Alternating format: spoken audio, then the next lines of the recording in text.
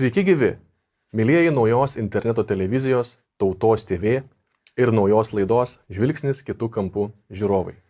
Aš vardu Mamertas Brežinskas ir norėčiau trumpai jums pristatyti šią naują laidą. Šios laidos pagrindinis tikslas – į istoriją, politiką, geopolitiką, ekonomiką, praeities ir šių dienų aktualijas pažvelgti kitų kampų. Ir pasirinkta tema žiūrovams pateikti alternatyvę ar galbūt mažiau žinomą informaciją. Šiuose laidose laisva forma, prie arbatos, kavos puodelio, gilinsimės į įvairiausias temas. Bendrausime su įvairiais pašnekovais, įvairių sričių ekspertais, istorikais, politikais, ekonomistais bei visuomenininkais, kurie jums pateiks savo supratimą ir turimas žinias, naujus negirdėtus faktus, o kartais galbūt ir sulaužys visuomenėje nusistovėjusi požiūrį tam tikrais klausimais. Labai tikiuosi, kad ši laida jums patiks, bus įdomi, prasminga ir žiūrima. Taigi, pirmosios laidos tema – kuom fašizmas skiriasi nuo nacionalsocializmo? Atsakymas labai paprastas – niekuom. Tai yra vienas ir tas pats. Visi fašistai yra naciai, o visi naciai yra fašistai. Ačiū, kad žiūrėjote ir iki kitų susitikimų.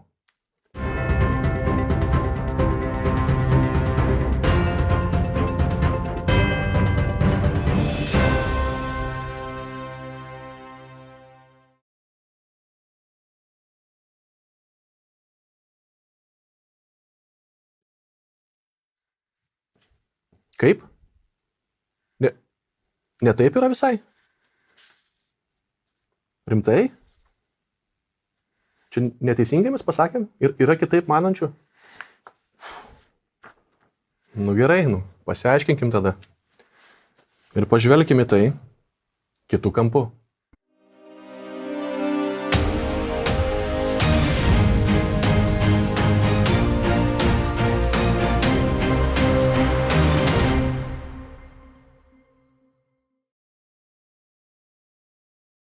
Sveiki dar kartą, mielieji. Pirmosios laidos tema, kuom nacionalsocializmas skiriasi nuo fašizmo, yra iš tiesų gan sudėtinga ir kontroversiška. Bet manau, kad šios laidos svečias tikrai padės mums visiems geriau suprasti ir išryškinti tuos skirtumus, kurių tikrai yra. Taigi sveiki, gerbiamas Algi. Malonu čia būti. Ačiū, kad esate čia ir kad sutikote padėti mums išsiaiškinti tuos skirtumus tarp dviejų jau istorinių ideologijų. Galbūt pradėti gvildenti šią temą reikėtų pirmiausia tiesiog atsakant į klausimus, kas apskritai, trumpai, yra fašizmas, kas yra nacionalsocializmas, su kom tai valgoma, galbūt taip įsireikšti reikėtų. Na ir kokie yra pagrindiniai šių ideologijų bruožai ir kokie tie buvę tikslai. Jo, tai sakyčiau, kad fašistai yra radikalūs nacionalistai arba radikalūs patriotai. Jie iškelia tautą, tą kolektyvinį pradą kaip aukščiausią vertybę. Tuo jie skiriasi nuo liberalų, kurie iškelia individo pradą kaip svarbiausia. Valstybės yra tam, kad individo teisės ir jo gerbūvis būtų išsaugomas. O fašistai yra kolektyvistai, jie sako, kad tauta arba nacionalinė bendruomenė arba kokia nors civilizacija, tai yra tas aukščiausias dalykas, dėl kurio visi turėtų stengtis.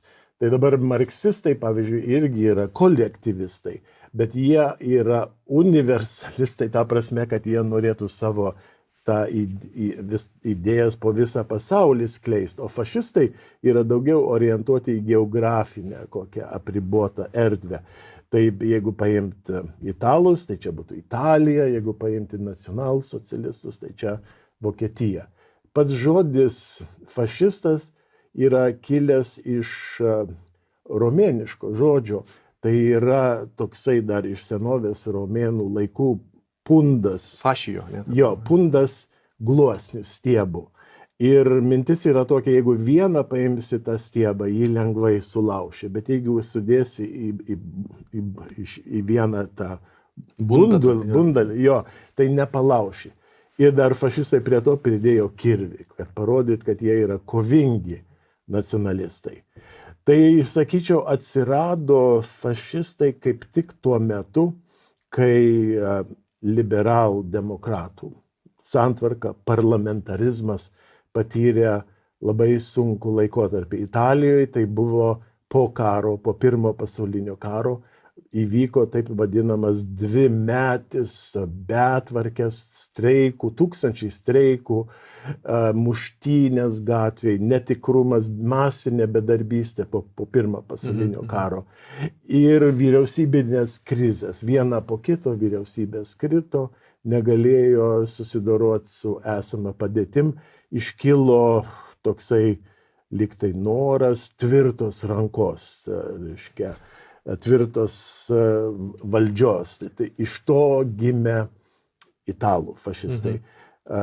Naciai arba nacionalsocialistai atsirado irgi tokiu metu, kai Vokietija patyrė didelį sukrėtimą po pirmo pasaulinio karo. Taip pat masinė bedarbystė, jau radikalizuoti gyventojai, gatvėse muštynės, kovos, ginkluoti susidūrimai tarp marksistų, socialistų ir nacionalistų. Jūs kalbate apie marksizmą, socializmą, tai norėčiau šiek tiek išplėtoti gal tą mūsų pradžios diskursą ir paklausti jūsų, kuom visgi fašizmas ir nacionalsocializmas skiriasi nuo kapitalizmo ar globalizmo, kuris įsivyravo po antro pasaulinio karo, ir nuo buvusio, ir kai kur galbūt ir nuo tebesančio kažkokią tai formą komunizmo. Kokie tie skirtumai yra?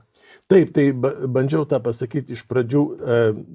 Komunistai tai norėtų matyti savo sistemą visame pasaulyje, o fašistai norėtų tik tai sutelkti dėmesį į savo teritoriją. Taip.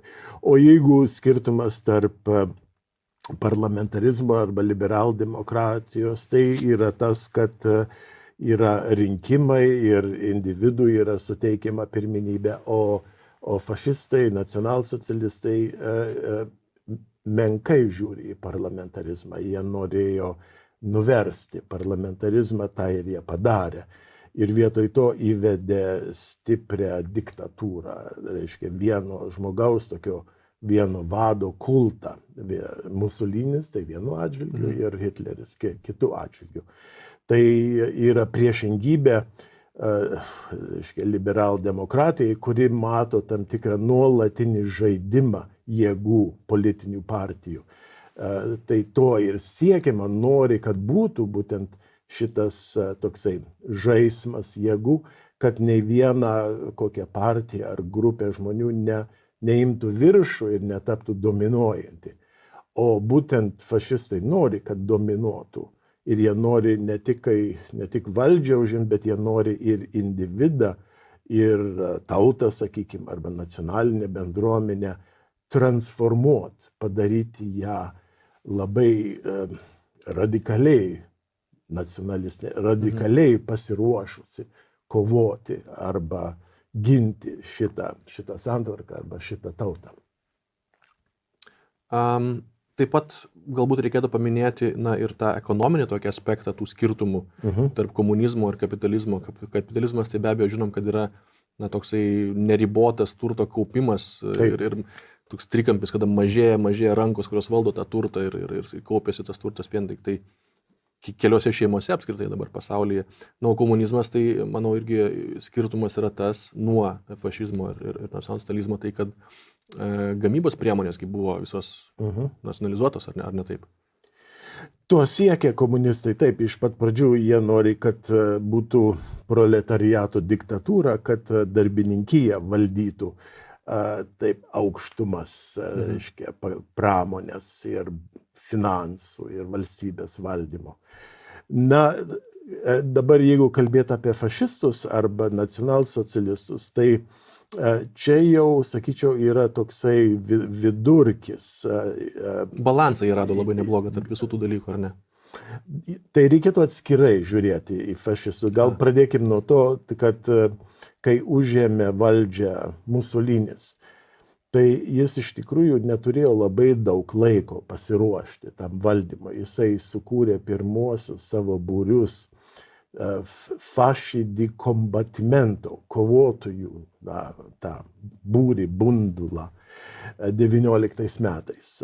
Bandė kandidatuoti į parlamento rinkimus nesėkmingai, o tada sukūrė jau partiją, reiškia nacionalinė fašistų partija, jau 21 metais. Ir tada jau su ją ėjo į tą parlamentinę kovą, bet tada būtent jau minėjau 2-metis, tas buvo betvarkės periodas. Ir jau atrodė, kad ta parlamentinė sistema jau braška. O jis labai rėmėsi veteranais, karo veteranais. Keli milijonai italų vyrų buvo demobilizuoti ir atėjo į savo šalį, grįžo į savo šalį ir nebuvo darbo vietų. Tai jie nepatenkinti ir radikalizuoti. Nemažai jų įstojo į taip vadinamus kvadristus, tai kovotojų būrius Musolinio. Ir jis juos naudojo patekti į valdžią. Jisai kovojo prieš socialistus ir komunistus, kurie organizavo būtent tos masinius streikus ir vedė valstybę prie, tokios socialistinės santvarkos. Bet Musolinis rado draugų, sąjungininkų, būtent tarp kapitalistų, tarp žemvaldžių stambesnių ir vidurinės klasės. Ir jisai šitokiu būdu pateko eventualiai į valdžią. Bet pirmoji ta valdžia, kurį suformavo, joje buvo tik tai 3 fašistai iš viso ministrų kabineto, tik 3. Jis turėjo labai daug nuolaidų daryti. Jis darė nuolaidą su karalium, Italijos karalium, Emanueliu III. O karalius už save turėjo visą karininkiją, visą kariuomenę. Kariuomenė buvo prisiekusi karaliui, lojali buvo. Ir visa aristokratija labai buvo stipriai atstovaujama karininkų luome. Tai čia didžiulė galia, didžiulė jėga Italijoje. Ir Musolinis turėjo skaityti su to, nes jis dar nebuvo sukūręs savo kaip reikiant stiprios partijos.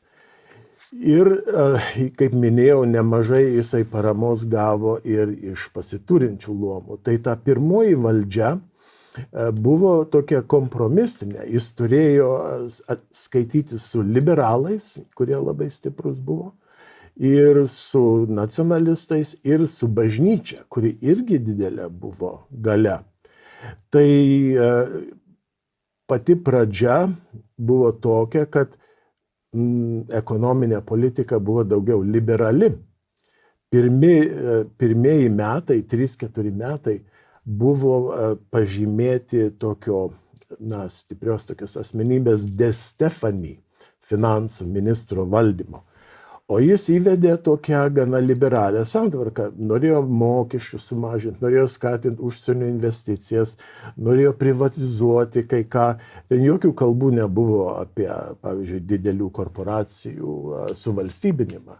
Viskas buvo, reiškia, orientuota daugiau į laisvą rinką. Ir iš tikrųjų tas laikotarpis, tie pirmieji, 3 metai, 4 metai, galima sakyti, kur dominavo De Stefani, tai ekonomika atsigavo, sumažėjo bedarbystė 70%, ekonomika išaugo 20%. Tai Musoliniui iš tikrųjų davė didelę tokią paramą, nes patys žmonės jau matė, kad ekonominis gyvenimas gerokai pagerėjo, bet jis pagerėjo visur Europai. Dalinai tas buvo atsispindėjo ir Italijoje. Italijos, pavyzdžiui, eksportas galėjo didėti, kadangi aplinkui ekonomikos atsigavo. Tai pati ta pradžia, ten mažai buvo to fašizmo, galima pasakyti, bent ekonominiai prasmei. Tas viskas pasikeitė 24 metais, kai įvyko rinkimai, atsiprašau, ir jau fašistai gavo labai didelę persvarą, 64% visų balsų. Bet ta visa rinkiminė kampanija buvo pažymėta nemaža dalim smurto. Dabar kas ten kovoja daugiausiai, turbūt istorikai pasakoja, ten italų fašistai naudojo savo būrius, išgąsdinti opoziciją, muštynės, žudymai vyko ir socialistų vadas Matejoti po šitos rinkiminės kampanijos 24 metais pasakė garsią kalbą. Jisai smerkė visą tą rinkiminę kampaniją, jis sakė, jinai buvo nelegali, jinai buvo pažymėta smurtu ir negali būti teisėta. Ir tada, netrukus po to, Matejoti, tai socialistų partijos, didžiausios partijos Italijoje vadas, dingo. Ir po kelių savaičių buvo rastas negyvas. Buvo, reiškia, manoma, kad fašistai tą padarė, kad nužudė. Iš tikrųjų, tikriausiai taip ir buvo, nors nėra įrodymų, kad pats Musolinis tą padarė. Bet tas sukrėtė šalį labai smarkiai, nes iki tol liberalai, bažnyčia, karalius, kariuomenė, reiškia, vidurinė klasė gana teigiamai žiūrėjo į Musolinį, nes nematė dar tos diktatūros. Bet kai įvyko jau tokio rezonansinio tipo žmogžudystė, iš tikrųjų Musolinis pateko į labai pavojingą padėtį. Daugelis jo draugų, sąjungininkų, liberalų ir monarchistų jau norėjo pabėgti. Bet jisai pagriebė iniciatyvą ir maždaug pasakė tokią kalbą parlamente, kad aš prisiimu atsakomybę. Jeigu buvo nužudytas šitas žmogus, tai aš atsakingas. Jeigu jūs manot, kad aš turėčiau būti pašalintas, aš pasiruošęs. Bet daugelis bijojo, kad vėl grįš į Italiją į tą betvarkę tų 2 metų ir iš esmės sutiko toliau, toleruoti Musolinio valdžią, nors nemaža dalis politinių partijų išėjo iš parlamento ir atsisakė dalyvauti. Jie pasirinko kitą vietą, Aventino kalną, ir ten jie posėdžiavo. Bet jie iš esmės save išbraukė iš žaidimo. Ir nuo tada, nuo 20, jau galima sakyti, 5 metų, Musolinis jau pradėjo įvesti diktatūrą. Ir jau pradėjo tokį fašistinį antspaudą, didesnį dėti ant savo Italijos. Jūs minėjot, kad Musolinis pradėjo kaip marksistas, vis tiek jisai buvo socialistas, marksistas. Jo. Taip pat buvo Jaunystėj. Mokytojas buvo taipogi. Taip. Gal šiek tiek plačiau apie tai, tas pirmasis jo ieškojimus tų ideologijų ir prisitaikymų. Jo, čia ilgai galbūt pasakosime, bet man atrodo išryškės vienas dalykas, kad Musolinį gana tokių heterogeniškų pažiūrų ir jo veiksmai buvo patys įvairiausi. Keitėsi su laiku prisitaikymas. Jisai galbūt ir oportunistas, galima pasakyti, bet kuo jis skiriasi nuo Hitlerio? Hitleris visuomet buvo nacionalistas. O Musolinis pradėjo savo politinį gyvenimą kaip tarptautinis marksistas. Kokielgi buvo ta pradžia būtent tų ideologijų? Nemažai jau apibūdinot, kaip prasidėjo fašizmas, kaip tai formavosi, bet kas vyko Vokietijoje? Koks buvo tas nacionalsocializmo lyderio gyvenimo ta pradžia ir žengimas į politiką? Ne, tai jeigu jau apie Musolinį, tai jis gimė tokio nepasiturinčio šeimoje. Tėvas buvo marksistas, socialistas ir jam davė labai įdomų vardą – Benito. Benito tai yra iš tikrųjų meksikiečių sukilėlių vado vardas. Ir tai parodo, kad jo tėvas buvo labai toksai, labai aršus, sakykime, toks internacionalistas. Jis buvo už darbininkijos gynimą, nebūtinai už Italijos, bet už darbininkijos. Ir tai jis perdavė savo sūnui, o sūnus bandė dirbti kaip mokytojas, jisai baigė mokslus, ta prasme, kad galėjo mokytojauti pradinėje mokykloje, bet labai mažos pajamos, vargingos sąlygos, jis emigravo į Šveicariją. ir Šveicarijoje pradėjo rasti darbą, statybose. Vėl Šveicarija. Jo, Šveicarija. Kaip ir daugelio kitų žymių ideologų pradžia. Ir ten būtent jisai pradėjęs dirbti, jisai įstojo į profsąjungą, o profsąjunga buvo, tokia socialistinė, komunistinė, nemažai ir bolševikų buvo. Ir greitų metų jis pradėjo bendrauti su bolševikais, su komunistais ir pastebėjo jo gebėjimus kalbėti, jo gebėjimus rašyti.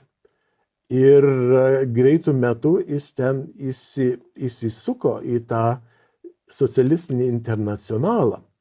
Jisai susidraugavo su žydų kilmės marksistė Balabanov.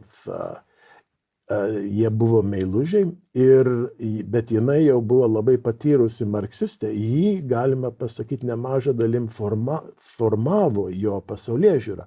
Jam paaiškino, kokius klasikus reikia skaityti, kokių filosofinių reikia knygų, kad pasiruošti tai kovai, politiniai kovai už marksizmų idealų. Ji padėjo jam išmokti užsienio kalbas, vokiečių, prancūzų, anglų. Ir kuris laikas Musolinis visai gerai jautėsi ten. Vėliau, kai jisai perėjo į nacionalistų stovyklą, tai bolševikų vadas Leninas yra pasakęs, labai gaila, kad italų, kolegos leido išsprūsti iš savo rankų tokį gabų propagandistą, koks Musolinis buvo.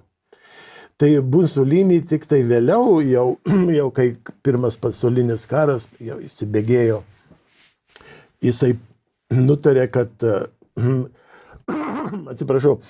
internacionalizmas nėra tas kelias, kuris ves į sėkmę. Jisai suprato, kad labai paveikti italai buvo nuo to karo ir jisai pamažu pradėjo keisti savo požiūrį. Jisai anksčiau buvo pacifistas, tokie buvo ir komunistai, ir socialistai, jis buvo prieš Italijos įstojimą į karą. Bet jisai matė, kaip europiečiai, vokiečiai, prancūzai, anglai, kaip jie buvo sujudinti šito karo, kaip įsivyravo nacionalistinės idėjos ir jis suprato, kad čia yra stipresnė jėga negu tarptautinis komunizmas. Ir be to, jis būdamas geras oportunistas, surado Šveicarijoje kontaktus su prancūzų žvalgyba. Prancūzų žvalgybininkai įtikino jį paremti idėją, kad Italija turėtų kovoti prancūzų ir anglų pusėje.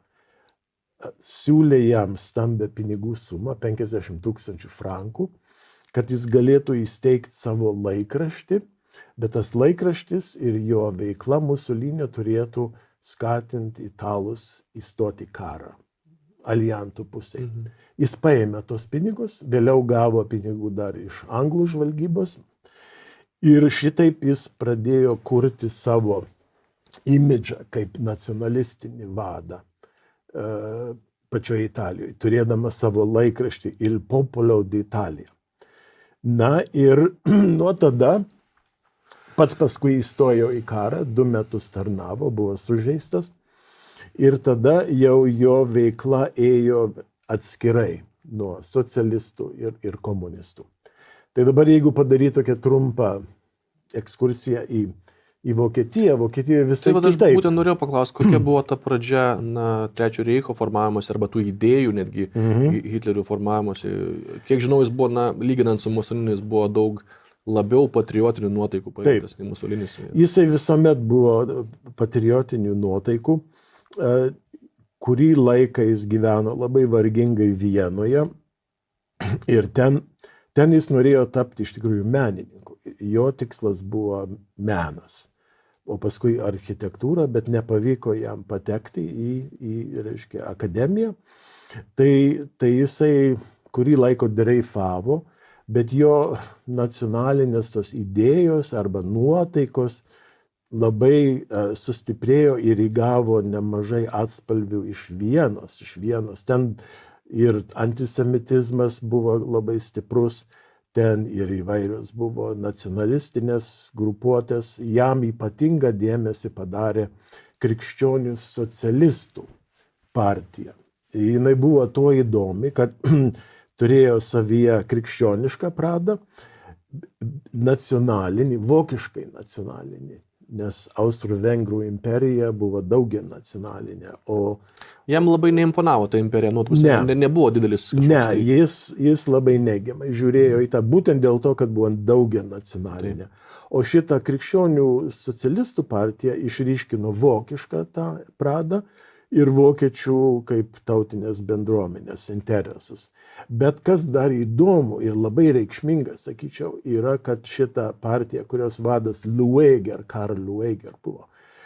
Ar jis nebuvo meras tuo metu vienas? Man atrodo taip, ir negaliu tiksliai dabar pasakyti, bet jis socializmą prijungia. Ir kokia čia mintis yra? Jeigu vien krikščionišką idėją ir nacionalinę platinsi, tai gali būti, kad daugiau pataikysi į tokius, sakysime, vidurinės klasės atstovus, žmonės, kurie jau mokslą kažkokį turi arba turi padėti visuomeniai ir jie rūpinasi savo artimiausią aplinką. Bet jeigu paimti masę žmonių darbininkijos, jie mažiau to prado turėjo, jiem rūpėjo labai paprasti dalykai, algos, darbą turėti pastovų. Kas atsitiks, jeigu susirgsi, kas atsitiks, kai pasensi, kad būtų socialinė apsauga. Marksistai tą labai gerai suprato, komunistai, ir jie ir masės turėjo, o būtent 20 amžiaus pradžia jau buvo paženklinta masinė politinė kultūra, jau nebe aristokratai formavo politiką, bet masės žmonių, kurios buvo vedamos politinių partijų su ideologijom. Tai marksistai labai sėkmingai pritraukia darbininkijos, tas pačias žemiausio to luomo žmonių, o krikščionys socialistai, tie, kurie imponavo Hitleriui, būtent suprato, kad reikia ir pasiūlyti darbininkijai konkrečių programų ir paramą. Ar jam tai pavyko padaryti? Ar pavyko patraukti darbininkus? Jo, tai gana sėkminga buvo tą partiją, bet Hitleris pats įkomponavo į savo pasaulėžiūrą. Ir jis galvojo, kad jau jeigu eiti į politiką, tai reiškia su nacionalizmu, vokišku nacionalizmu, bet kartu turi būti ir stipri programa darbininkijai. Užtat ir pavadinimas nacionalsocializmas, nacionalizmas, socializmas. Tai jeigu žiūrėti Musolinį, tai Musolinį dar pas jį iš viso nebuvo to nacionalizmo, jis tik vėliau atsirado, bet pas Hitlerį nuo pat pradžių buvo, bet jis prijungė socializmą elementus prie nacionalizmo. Ir tada persikėlė į Müncheną ir ten vėl toliau stebėjo gyvenimą, skaitė daug, orientavosi Vokietijos politiką ir ją paskui pradėjo kritikuoti. Ir tada karas prasidėjo ir būdamas jau labai patriotinių nuotaikų, jis įstojo kaip savanoris ir 4 metus fronte kovojo. Tai maždaug jau kai karas baigėsi, abudu, ir Musolinis, ir Hitleris jau abudu tapo tokiais jau patriotais. Musolinis gal daugiau pasikeitė, Hitleris tik pagilino savo įsitikinimus. Tai kalbant apie tą pradžią visgi šitų ideologijų formavimuose, gal reikėtų irgi paminėti, kad visgi tie skirtumai turėjo tam tikras priežastis to formavimuose. Tai pavyzdžiui, kad Vokietija buvo viena iš vadovaujančių pramoninių valstybių, jau taip. Italija dar smarkiai atsiliko ekonomiškai ir panašiai. Tas tautinis klausimas Vokietijoje buvo suaktyvėjęs daug labiau negu Italijoje, gyventojų skaičius, kokie dar dalykai, kokie dar elementai įtakojo tą vystymąsi, todėl pačioj pradžioj būtent. Ir istorija, italai daugiau buvo pripratę matyti save kaip auka. Italai ne tik susivienijo gana vėlai, 1870 metais, bet iki tol labai Italija buvo fragmentuota, nebuvo itališkos valstybės, buvo daugybė mažų valstybėlių Ir paskui vėliau, kadangi nebuvo tos vienybės, tai galėjo dalyvauti Italijos politiniam gyvenime prancūzai, ispanai, jie ir valdė, jie ir okupavo, paskui Austrų-Vengrų imperija užėmė nemažą dalį Italijos. Tai italai save laikė tokiais galbūt silpnais ir galbūt todėl mažiau buvo tokio radikalaus nacionalizmo, kadangi jie truputį nerimtai Mažiau žiūrėjo. didžiavusi galbūt reikėtų Jo, galbūt pasakyti. ne visai rimtai žiūrėjo į savo jo. galimybės būti kažkokią stiprią valstybę. O vokiečiai, kai jau jie susivienimo, tai jau jie ten pačiam centre didžiulę pramonę išvystė, daugiau gyventojų, 80 milijonų gyventojų, italų buvo 45 milijonai. Iš vokiečių gal tik tai ketvirtadalis dirbo žemės ūkyje, sakykime jau, kai Pirmas pasaulinis karas pasibaigė. O Italijoje daugiau kaip pusė. Ir be to jie labai vargingi buvo, daug daugiau skurdo buvo Italijoje. Tai kadangi skurdas ir didelė priešprieša tarp klasių, tarp žemvaldžių ir pačių tų bežemių, ir paskui fabrikose šiaurėje, ten praktiškai 3 miestai, kur didelė pramonė buvo Milanas, Genuja ir Turinas. Tai ten jau irgi įsivyravo tvirtos tokios didelės korporacijos, o darbininkija, tokia jautė, tokia priešprieša. Tai sakyčiau, italai silpnesni buvo, o vokiečiai potencialiai daug daugiau turėjo tos galios. Ir daugiau, sakyčiau, buvo ta politinė kultūra gal daugiau išsivyščiusi Vokietijoje negu Italijoje. Ar galima teikti, kad Vokietija dar prieš Pirmą pasaulinį karą buvo daug labiau homogeniškesnė valstybė negu Italija, nes Italijoje ten įvairiausių rasių žmonių ir skirtingų tautų, ten Sicilija, pavyzdžiui, ten ir dabar yra dar beročiai iš marokiečių. Ten yra regioniniai skirtumai, aišku, jo, ir pietinė ta Italija visuomet skurdesnė buvo negu šiaurė. Ir ten kalba yra šiek tiek skiriasi dialektai pietiečių. Bet iš esmės ta pati yra italų. Reikia atsiminti, Vokietijoje irgi yra, pavyzdžiui, separatizmo daug buvo. Bavarai buvo atskira valstybė dar 19 amžiaus. Buvo tokių idėjų atsiskirti. Jo, ir karalių savo turėjo. O tai nacionalsocialistai, kai atėjo į valdžią, tai jie būtent irgi norėjo tą regionalizmą nugalėti. Tai ta prasme, abidvi gana homogeniškos šalis, taip jeigu griežtai paėmus. Daug regioninių skirtumų, daug dialektų, kai kurie net sunkiai suprantami yra, ypač bavarų, arba kur kalnuose yra, arba italų pietinė ta šneka sunkiai suprantama, bet suprantama dar. Dar tų kultūrinių ir rasinių problemų tokių, kaip dabar yra, turbūt dar nebuvo tada. Nebuvo dar tokios ryškios jos. Tai dabar daugiau problemas ateina dėl masinės imigracijos. Tai visiškai kitokie žmonės ateina, bet tuomet nelabai buvo daug. Mažas buvo slavų mažuma, albanų buvo 100 000, kurie bėgo nuo skurdo ir atsirado Italijoje. Bet ir pačioje Vokietijoje buvo slavų, lenkų nemažai atvyko ieškoti darbų. Bet nebuvo tai, kad sakyčiau, kad kokią didelę, stiprią politinę įtaką darytų. Bet bendrai, jeigu paimti tos du judėjimus, kiek aš skaičiau apie viską paskutinės kelias savaitės, tai aš tokį įspūdį turiu, kad Mussolini neturėjo tiek daug laiko pasiruošti valdymui. Jis nuo tada, kai įkūrė savo pirmus tos būrius nacionalistinius, praėjo tik keli metai ir tada jau jisai turėjo tą galimybę žygiuoti į Romą ir lygtai užkariauti, bet iš tikrųjų jisai vykdė derybą su karalium, su kariuomenė, su liberalais, su kitokių partijų atstovais ir padarė tokį kompromisą ir jis atėjo ir turėjo įsikomponuoti į politinį tą. Sukūrė kažką iš to, ką galėjo pasiekti, kas buvo prieinama ir dėliojo. Ir tai dabar kas įdomu, vokiečiai, nacionalsocialistai matė, kad Musoliniui pavyko tas žygis į Romą, tai jie sugalvojo kažką panašaus padaryti 23 metais. 23 metais tai buvo ta didžiulė hiperinfliacija Vokietijoje ir politinė krizė. Daugelis vokiečių labai sunkioj padėtyje atsidūrė, jau ir bedarbi buvo, bet tiesiog kainos fantastiškai šuoliavo.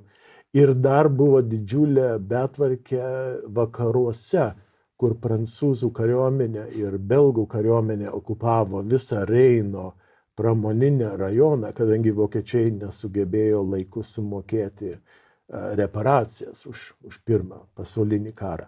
Tai šitokioj betvarkiai, šitokioj labai net pavojingoj padėty. Čia labai svarbus aspektas, paminėjot reparacijas. Italam ar reikėjo tai mokėti? Italai laimėjo. Italai perėjo tai iš vokiečių. Didžiulis skirtumas. Italai oportunistai, jie turėjo kovoti su Austro-Vengrų imperija ir Vokietija. Bet jie delsė ir paskui juos priviliojo anglai ir prancūzai. Jiems žadėjo daug teritorijų, jeigu jie pereis iš vienos stovyklos į kitą. Ir taip ir padarė italai.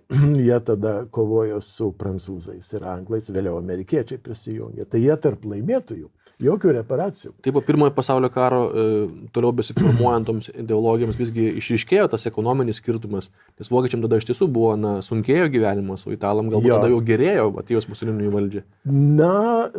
Ne visai, nes gana skurdi šalis tai Italija buvo, o pirmas pasaulinis karas tai didelis smūgis.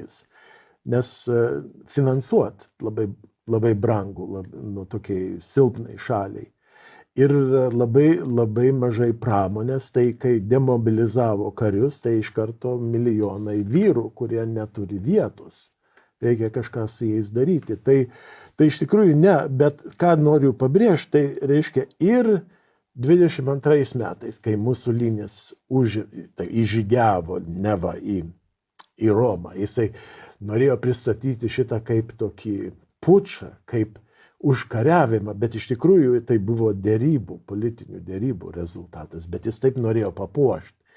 Bet jis naudojosi tą didžiulę suirutę, kuri vyravo visoje Italijoje. Streikai, 2 metai, tūkstančiai streikų, bedarbystė masinė, kainos šuoliuoja, vyriausybinė krizė. Žmonės visi gandė, kad gali būti ir taip, kad atsitiks bolševikų revoliucija, nes jinai vyko Sovietų Sąjungoje panašiai. Ir tų bolševikų ir marksistų pilna buvo Italijoje. Jie norėjo kažką panašaus sukurti, kaip ir rusai bolševikai sukūrė. Tai tos pasiturinčios klasės, vidurinė klasė ir patriotinės jėgos užtat ir sutiko, priimti Musolinį. Dabar Vokietijoje irgi ta hiperinfliacija vyksta, atrodo griūna visa Vokietija ir Hitleris kartu su nacionalistais, monarchistais ir net bavarų separatistais nutarė, kad reikia pabandyti panašų žygį į Berlyną. Bet tai buvo per anksti. Jisai jokių neturėjo savo būrių Berlyne. Viskas buvo tik tai Miunchene praktiškai ir apylinkėse. Tai jeigu net ir būtų jiem pavykę tas pučas, jie būtų atėję į valdžią, jie turėtų iš karto koalicijas daryti. Ir pats Hitleris jau rašė, kai jisai kalėjime buvo po nepavykusio pučo, kad gal ir gerai, kad nebuvo to pučo, nes jisai nebūtų galėjęs dirbti su savo nacionalistais, sąjungininkais, ypač tokių generolų Ludendorfo, kuris praktiškai, galima sakyti, vadovavo Vokietijai per pirmą pasaulinį karą. Jis vadovavo kariuomenė, jis nepaprastai gabus ir labai gerbiamas. Du generolai, Ludendorfas ir Hindenburgas. Ir Hindenburgas, taip. Pagrindiniai. Taip. Tai būtent Ludendorfas su Hitleriu labai didelio statuso sutarė, žmogus. jie sutarė, kad laikas gelbėti Vokietiją nuo tos hiperinfliacijos ir nuo prancūzų okupacijos ir nuo bolševikų, reiškia, grėsmės. Bet nepavyko, kadangi nemaža dalis kitų jų sąjungininkų išsigando ir nutarė, reiškia, jau, kad nedalyvaus. Tai žlugo. Ir užtat nuo tada, kai jau Hitleris atsidūrė kalėjime, jis turėjo labai daug laiko ruošti savo programą ir pradėti formuoti partiją visai Vokietijoje, ką jis ir pradėjo. Paskui jį išleido jau po kokių metų, ten ir parašė savo Mein Kampf, kur maždaug tokias gairias nubrėžė Vokietijai, kokia turėtų būti. Ir tada jisai 15 metų ruošėsi valdžią. Jis formavo savo rėmėjus, kūrė panašiai kaip italai, turėjo savo skvadristus, kovotojų būrius, tai SA turėjo vokiečiai. Irgi dauguma jų buvę kariai, demobilizuoti, dažnai neranda vietos gyvenime, nėra darbo jiems. Jie patriotai, jie kovojo už savo Vokietiją, bet jie nepatenkinti parlamentarizmu ir demokratija. Tai juos panaudoja Hitleris, jie yra toksai kovotojus būrys, kuris iš vienos pusės ginasi nuo marksistų, marksistai irgi naudojo smurtą. Čia aš matau gal tokią paralelę taipogi, ir su Italija taipogi, tai jie irgi turėjo tam tikrą, kaip sakėt, kovinius tokius darinius. Skvadristus jos vadina. Čia vienas iš tokių galbūt panašumų būtų visgi to formavimas. Taip, jo. SA, tai Hitleris iki 33 metų, kai atėjo į valdžią, 2 milijonus turėjo jų. 2 milijonus.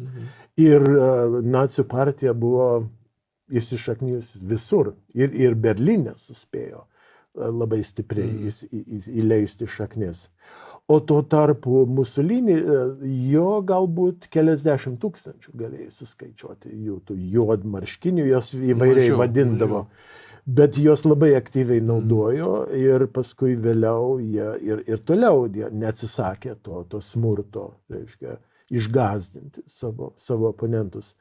Tai tada, kai atėjo jau į valdžią, tai jau Hitleris irgi norėjo kažką panašaus padaryti kaip Mussolini, parodyti, kad ne tik jisai buvo paskirtas kancleriu, nes jį kitos partijos sutiko priimti kaip premjerą. Ir virš jo buvo prezidentas Hindenburgas.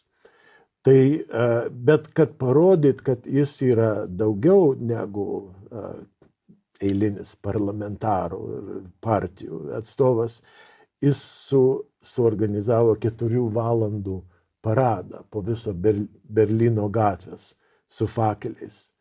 Ir balkone stovėjo šalia Hindenburgas ir Hitleris ir tuo pademonstravo, kad jo partija, tai ne vien parlamentinė partija, bet jinai turi kumštį. Didžiulį palaikymą. Didžiulį kumštį, irgi didžiulį palaikymą. Irgi koks 1/4, 1/3 vokiečių balsavo už nacionalsocialistus.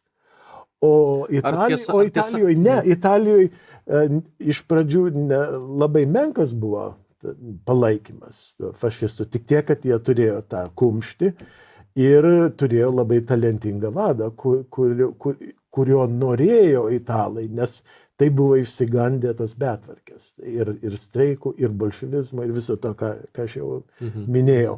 Tai tą sumaniai išnaudojo Mussolinis ir tada jau pradėjo statyti savo tą diktatūrą. Bet jam užtruko, jis tik tai 25 metais, jau galima sakyti, pradėjo įvesti diktatūrą kaip tokią. O Hitleris jau po 2-3 mėnesių tą padarė. Nes jau jis buvo pasiruošęs, jisai turėjo tą ilgesnį 15 metų laikotarpį, kurį išnaudojo ir tada galėjo daug daugiau padaryti pagal savo programą. Tai kai atėjo į valdžią, irgi iš pradžių turėjo tik tai jisai 3 ministrus, bet išnaudojo kilusi gaisrą parlamentas padegtas. Taigi, gal 33 prie to mes metais. toli priesim, aš noriu biškai apibendrinti, kiek mes jau dabar apkalbėjom, aptarėm tą pirmąjį etapą, tą vystymosi etapą, kaip jos formavosi, kokia buvo pradžia, kokios buvo sąlygos, kaip jis atsirado ir kokios aplinkybės. Na, dabar galbūt ir prieikim prie to, kad jau tiek Musolinis, tiek Hitleris jau yra valdžioje, ne? Jie turi tam tikrus svertus savo rankose, galbūt vienas daugiau, kitas mažiau, apie tai pakalbėsim taipogi. Kiek žinau, fašizmo ekonominė vidaus politika, visgi apie ekonomiką pakalbėjome, kiek žinau, jinai skiriasi nuo nacionalsocializmo ekonominės vidaus politikos, ar ne? Ir toks niuansas prieš kokį gerą dešimtmetį man teko žiūrėti keletą kartų tokią dokumentiką. Gal jūs irgi esat matęs vieną žymiausių dokumentikų, sukurtų tokių serialų, netgi sakyčiau dokumentinių, BBC World at War, pasaulis kare, tokia žymi dokumentika. Ir man kas įstrigo iš tiesų iš tos dokumentikos, tai kada amerikiečių toksai istorikas, toks jaunas vaikinukas ant pasakojo būtent tos ekonominius skirtumus ir jo ten paklausė, tai sako, tai visgi nuo kuom skiriasi fašizmas, nuo nacionalsocializmo arba Hitleris nuo Musolinio. Ir jisai atsakė į tą klausimą, kad vienas kalbėjo, o kitas kalbėjo ir darė. Ne tik kalbėjo, o ir darė. Tai kiek yra tame tiesos algi? Tai yra nemažai, bet aš nenorėčiau per daug numenkinti Musolinio pasiekimus. Kaip jau minėjau, pirmi tie metai nuo 22 iki 25, tai buvo daugiau tokia, liberalus toksai periodas. O tik paskui po to jau buvo kitaip, ko jis norėjo. Jau 25 metais, aišku, jis tą į diktatūrą įvedė ir uždraudė kitas partijas, kitas profsąjungas, bet jis jau norėjo, kad italai turėtų galimybę maitintis, kad būtų žemės ūkis pakankamai stiprus, kad Italijai nereikėtų importuoti grūdų. Tai jis pradėjo kovą už grūdus. Ir tada jau pasikeitė. Jau De Stefani šito ministro nebuvo, jis pašalino ir jau valstybė pradėjo jau daug daugiau kištis į vidaus politiką. Tai muitai buvo padidinti užsienio grūdams, mokesčių visokios lengvatos duodamos ūkininkams, kad jie galėtų daugiau technikos naudoti ir trąšas. Ir dar visaip kitaip rėmė ir iš tikrųjų po eilę metų pasiekė to, ką norėjo. Italai beveik jau galėjo užauginti tiek grūdų kviečių, kiek reikėjo. Tai jau čia buvo toks diridžizmas, jau valstybės, jau kišimasis, čia jau būdinga fašizmui, ko nebuvo pirmaisiais metais Musolinio. Paskui jisai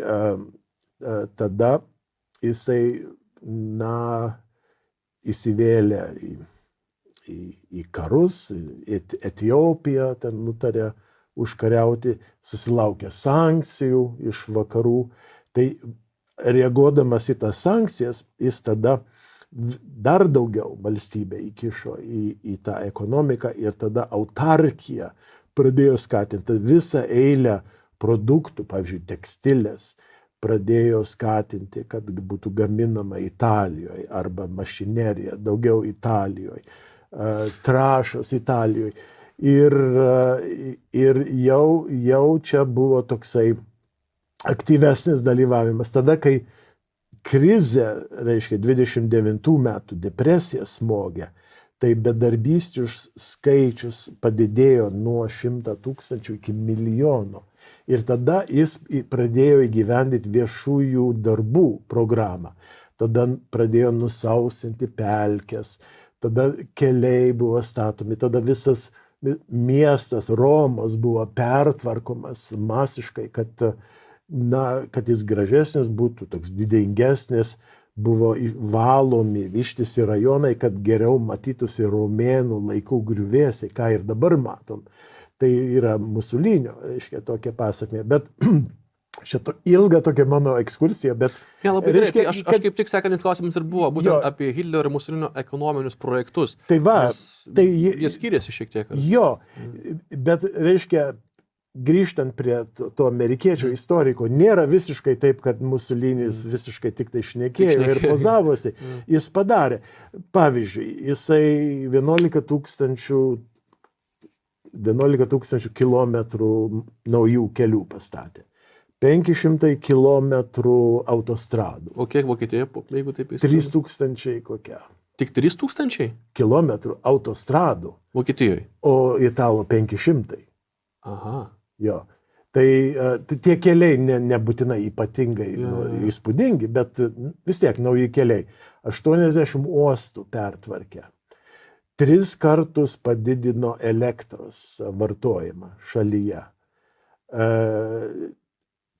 10 milijonų italų gavo prijungimą prie tekamo vandens.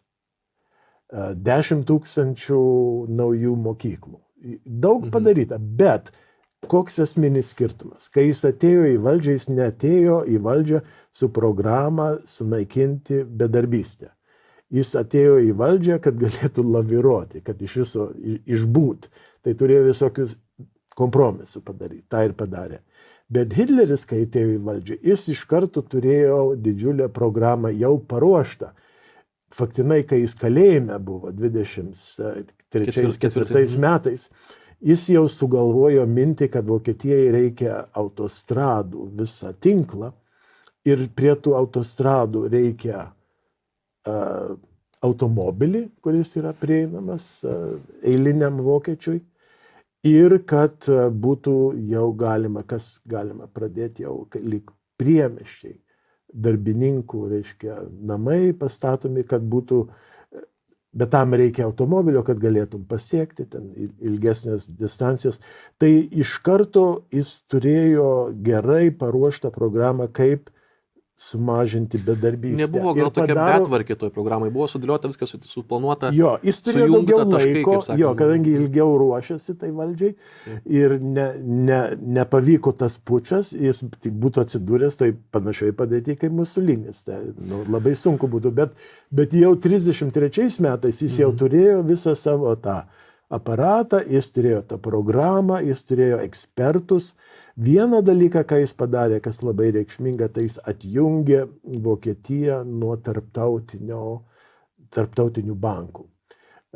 Visa jo ta programa, kuri buvo nutaikyta į statybos, viešų darbų statybą, jinai nesirėmė paskolomis tarptautiniam, nes Vokietija nebūtų gavusi, jinai buvo visiškai beviltiškai padėti. Bet jie sugalvojo visiškai tokį autonominį piniginį vienetą, kuris visiškai atjungtas buvo nuo tarptautinių santykių. Ir tai jiem leido daryti tokius ekonominius projektus, kaip vystyti, paremti naujas šeimas, būsto paskolas duoti, ar ne? Tai skatino gimstamumą, tai skatino tokį moralę kėlė. Iš karto šeimos gavo, reiškia, maždaug metų, nauja šeima gavo metų maždaug uždarbio paskolą. Ir jeigu vaikas atsirasdavo, tai 1/4 nurašydavo. Jeigu dar vaikas pusę, jeigu dar, tai 3/4 ir panašiai. Dabar panašiai Orbanas bando daryti. Jo, panašiai, taip. Tai buvo daug tų idėjų. Dar galbūt socialinės, pradžioj minėjot Algi apie tos socialinius benefitus, kaip čia lietuviškai, pašalpas ir panašiai, apmokamas atostogasgi. Tai buvo visa programa. Valandų darbo diena. Taigi labai daug. Tai viskas tas buvo įmanoma, kai jau bedarbystė buvo panaikinta. Bet jis atėjo į valdžią jau su paruoštą programą panaikinti bedarbystę ir tą padarė per 4 metus. Jo, reiškia, kritikai, kurių yra daugybė, aišku, ir yra kalbama, kad jisai bedarbystę panaikino per ginklavimąsi. Bet iš tikrųjų, jeigu žvelgti giliau, tai neteisybė. Jis, kai panaikino bedarbystę po 4 metų, tai tik tada jo smarkiai įsibėgėjo ginklavimasis. Tik tada. Ir tada jau ginklavimuose net ir buvo problemų, kadangi pradėjo trūkti darbo jėgų. Tai iš tikrųjų pradžia buvo viešieji darbai, ne ginklavimasis, o vėliau, kai jau jo santykiai su vakarų šalims pablogėjo, iš tikrųjų jisai masiškai jau ginklavosi, bet jau tada nebebuvo bedarbių praktiškai. O Musolinis tai neturėjo to konkretaus tikslo panaikinti bedarbystę, jį užklupo netikėtai didžioji depresija. Ir jis irgi pradėjo viešuosius darbus, aš juos minėjau, tos uostus ir greitkelius ir elektrą, bet tai nebuvo taip efektyvu kaip Vokietijos atžvilgiu. Vienas dalykas, reiškia, kiek aš bandžiau apskaičiuoti, tai bedarbystė per didžiąją depresiją Italijoje buvo gal 7%. Dar italam buvo pliusas tas, kad daugelis gyventojų buvo kaimiečiai. Tai jeigu žmogus bedarbis, jis gali grįžti į savo kaimą ir bent jau maistą turi, kaip ir Lietuvoje. Lietuva irgi labai kentėjo per didžiąją depresiją, bet kadangi dauguma gyventojų buvo kaimiečiai, tai jie galėjo bent jau užsitikrinti maistą. Patys pasigaminti. Bet sunkiausias gyvenimas buvo miestiečiams, nes dažnai ir pramonė nukentėjo, nes didžioji depresija tai buvo pirmoje vietoje smūgis pramoniai. Tai italams biškai lengviau, bet reiškia, matome, kad yra daugiau toksai reagavimas, bet ne tokia paruošta jau iš pagrindų programą, kokią vokiečiai galėjo, kadangi daugiau laiko turėjo tam. Kalbant apie didžiąją depresiją, tai galbūt reikėtų ne tik palyginti, kaip sekėsi Hitleriui Musoliniui, bet kas vyko apskritai vakaruose, Amerikoje, ten apskritai buvo labai sudėtinga situacija. Taip. Didžioji depresija, o ką padarė Hitleris Vokietijoje, tai galbūt tai per tos 4 metus, tai čia kažkoks stebuklas, tai nėra buvę kito tokio atvejo pasaulyje, ar ne? Jo, yra tokie Vokietija be reparacijas mokėjo. Garsus ekonomistai, tokie kaip Keynes, taip ir pasakė, kad taip, čia vokiečiai tą padarė stebuklą, toj srity. Bedarbystė panaikino, jie surado tik kaip tą padaryti. Masiškai valstybė įsikišo į ekonomiką. Tuo metu, kai pati ta laisva rinka jo atrodo nebeveikia. Ir galėjo labai lengvai vokiečiai pasukti ir į bolševizmo link. Nes komunistų irgi buvo koks trečdalis rėmėjų, marksistų ir trečdalis nacių. Tai kas laimės, visiškai nebuvo aišku tais laikais.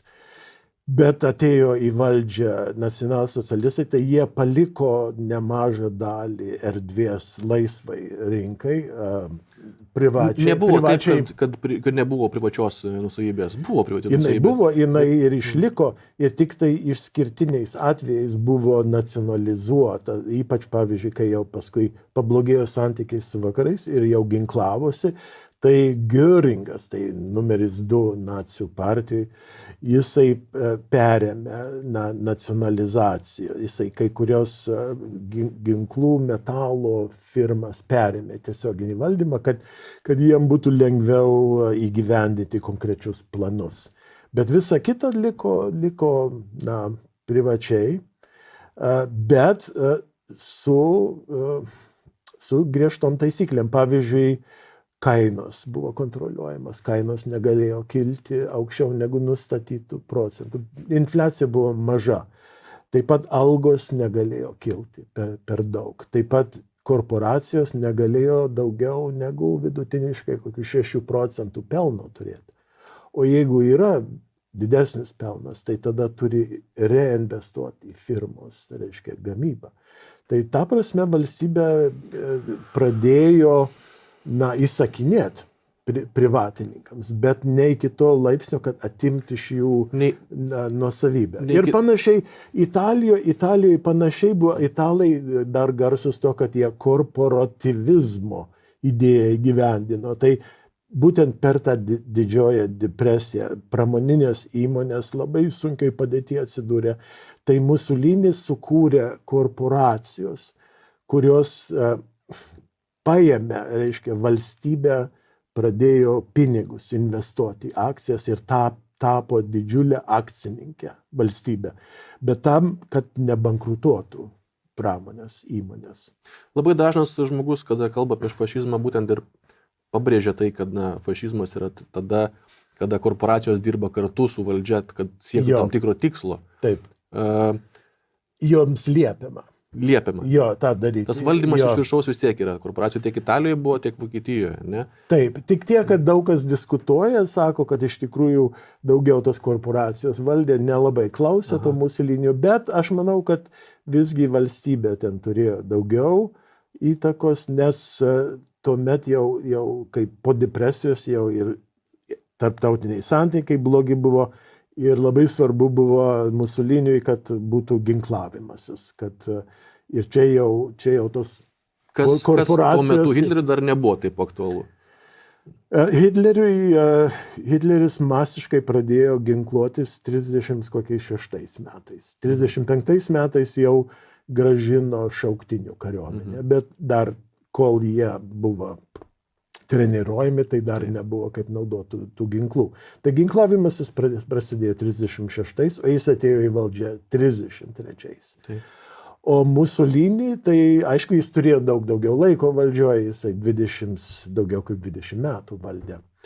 Bet paskui jis būtent pasirinko sąmoningai, reiškia, atkurti arba kurti imperiją. Tai jisai Italija jau turėjo Libiją, bet jis nutarė, kad reikia išprovokuoti karą prieš Etiopiją, didelę Afrikos valstybę. Ten išsiuntė Avantūra tokia. Jo, 400 000 karių išsiuntė, tai didžiulė našta valstybei. Na, kiti sako, tai taip pat galimybė ir kovoti prieš bedarbystę. Kai bedarbius vyrus į kariuomenį patraukė, o paskui moterim dar pasakai, kad reikia gimdyti daugiau. Tai jos irgi tada ištraukė iš ekonomikos. Bet šitoj srity labai daug buvo kalbama, labai daug buvo visokių žestų, visokių švenčių, apdovanojimų, PR galima pasakyti, bet gimstamumui italų fašistai nelabai turėjo didelės įtakos. Mažėjo gimstamumas, bet jis vis tiek liko dar toks, kad natūraliai didėjo italų tauta. Reiškia, vaisingumo toksai koeficientas tai buvo 3. Reiškia, kiekviena italų moteris 3 statistiškai vaikus pagimdydavo. Bet tai jau mažiau, būdavo 5 dar iš 19 amžiaus, bet visą laiką krito. Vokietijoje panašiai krito, bet kai atėjo į valdžią nacionalsocialistai, padidėjo. Tai jiems pavyko per būtent tas programas, kur minėjai, vaikams, reiškia, paremti jaunom šeimom, tai padidėjo jų gimstamumas, irgi liko dar virš 2,2, kuris yra ta riba, kur tauta arba didėja, arba jinai pradeda senti ir sumažėti. Tai dar tais laikais dar tas gimstamumas mažėjo ir jau kokie 50-70 metus visur pasaulyje, Europai mažėjo. Bet vokiečiam pavyko tą pristabdyti per tokią gana aktyvę, ryžtingą, radikalią programą. Taip pat dar pasakyčiau, dėl to radikalumo ir dėl to efektyvumo, tai dar ir sugalvojo vokiečiai darbo tarnybą. Tai ko italai neturėjo. Italai nebuvo taip pasiruošę jie ad hoc. Jeigu atėjo depresija, milijonas bedarbių, tai tada tik jie pradėjo sugalvoti, tai sutvarkykim Romą. Arba išpumpuokime, reiškia, išsausinkim. Jie veikdavo post facto, imdavosi priemonių. Bet vokiečiai atėjo jau su planu, kad bus tikslais. Darbo tarnyba ir taip ir buvo. Visi jauni vyrai 6 mėnesius turėjo dirbti beveik neapmokamą darbą, sausinant žemės, statant tiltus, statant autobanus, padedant ūkininkams ir taip toliau. Tokia, privaloma tarnyba 6 mėnesiai, o paskui po to 2 metai kariuomeniai. O pas italus nebuvo tokio. Taip pat galima ir apie jaunimą pakalbėti. Vaikus tiek italai, tiek vokiečiai įtraukė į savo gretas. Jie sukūrė valstybės jaunimo organizaciją. Tai Italijoje Balila vadinosi ir ten galima sakyti, gal jiem pavyko gal pusę visų vaikų įtraukti į valstybinę programą. Tokia kaip čia pasakyti, jos indoktrinuoti, jos ten mokyti, kad turi būti patriotiniai italai, turi aukotisiai, turi kovoti dėl jos. Reiškia, tie nacionalistiniai idealai yra skatinami. Bet kadangi bažnyčia buvo stipri, tai bažnyčia turėjo irgi savo jaunimo organizacijos. Tai pusė jaunimo buvo bažnyčios, o kita pusė buvo fašistų. Musolinis, kuris šiaip bedievis buvo, bet jisai, kadangi su bažnyčia padarė daug žestų, daug nuolaidų, tai jis bandė uždaryti krikščioniškas jaunimo organizacijas, bet nepavyko, buvo per didelis pasipriešinimas ir taip ir maždaug liko. Bet Vokietijoje ne, Vokietijoje visas jaunimas įtrauktas yra iš karto, jau po kelių metų 2 milijonai vaikų, visi su uniformom, visi paruošti kuopos, visi turi ką veikti. Tai daug radikaliau, daug efektyviau ir daugiau tokia griežta valstybės ranka. Ekonomikos vystymosi skirtumų visgi buvo ir Vokietijoje iš tiesų tų ekonominių projektų buvo labai daug. Ten, palyginant su tom, kas kaip minėjau, prieš tai buvo vakaruose, kad ten baisi krizė ir panašiai, ir štai staiga ateina Hitleris į valdžią ir iš visiškai praktiškai žlugusios valstybės, kuri moka didžiulės reparacijas, kuriai ten vos ne karučiais taigi veža pinigus, kad įsigyduona žmonės. Per keletą metų jis padaro tokį perversmą ekonominį ir kada žmonės jau tada turi atostogas apmokamas, gali važiuoti į Prancūzijos rivjerą prie jūros pasipliuškenti. Bet visa bėda, kad nepavyko jam išvengti didelio pasipriešinimo su vakarais. Ir tada tas teigiamas bruožas jis pasidarė katastrofą. Ir tuo jis dabar atsiminamas, reiškia, Vokietijoje ir vakarų pasaulyje, kaip antro pasaulinio karo, reiškia, sukūrėjas. Tai visi tie teigiami dalykai, jie yra užgožti. Būtent šitos masinės tragedijos. Dar norėjau paminėti, kalbant, nukrypti čia į rytus daugiau ir tą pačią temą, kas tuo metu vyko komunistiniai Sovietų Sąjungoje, ar ne? Ten apskritai žmonės mirdavo iš badogi dar keletą metų prieš tai, bet jie turėjo laiko pasiekti tų rezultatų tokių pačių, bet kaip jų planavimas, kaip išsiskyrė nuo Trečiojo Reicho, nuo nacijų planavimo. Rezultatai labai skiriasi. Labai skiriasi, taip. Ir mes žinom, Holodomoras, Ukrainoje milijonai žmonių mirė nuo bado. Tai iš tikrųjų, nepalyginsi, bet aišku, Vokietija jau kaip pradėjo, sakykime, Vokietija po Pirmo pasaulinio karo, tai buvo viena iš pirmaujančių pramonės valstybių, labai aukštą kultūrą, labai daug gerų ekonomistų, gerų vadybininkų, to Rusija neturėjo, o atėjo į valdžią žmonės, kurie ir neturėjo kažkokios patirties. Jie tiesiog buvo ideologai, jie savo tą komunizmą norėjo gyveninti. Ir jie daug dalykų padarė, kurie visiškai kirtosi su sveiku protu. Dėl to, kad jie tą savo komunizmą nori nustatyti. Tai padarė daug katastrofinių sprendimų ir milijonai žmonių badu mirė. Visi tą žino. Ką noriu pabrėžti, Algi, tai, kad jūs minėjot, kad buvo tam tikras valdymas iš viršaus, tam tikros taisyklės nustatytos Vokietijoje, bet tų taisyklių ir to valdymo Sovietų Sąjungoje buvo iki pat smulkmenų, taigi ten viską jie kontroliavo iš centro. Taip. Tai galbūt tas ir lėmė tą tokį didžiulį skirtumą. Kad iš centro gali kažkiek valdyti, bet ne viską. O bolševikai bandė viską. O vokiečiai suprato, kad tai neišeina. Ir italai tą suprato. Ir tas skirtumus, kur mes bandome tarp italų ir vokiečių, tai aišku, jie turi būti skirtumai, kadangi skirtingos valstybės yra. Nėra taip, kad sukūrė kažkokią ideologiją ir jinai lygiai vienodai veiks. Neįmanoma taip.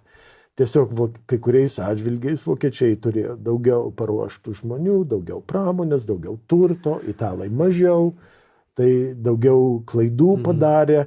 Na ir matėme, jeigu jau vokiečiai pasišovė panaikinti bedarbystę, tą padarė, tai jie užsitarnavo savo piliečių lojalumą ir dėkingumą.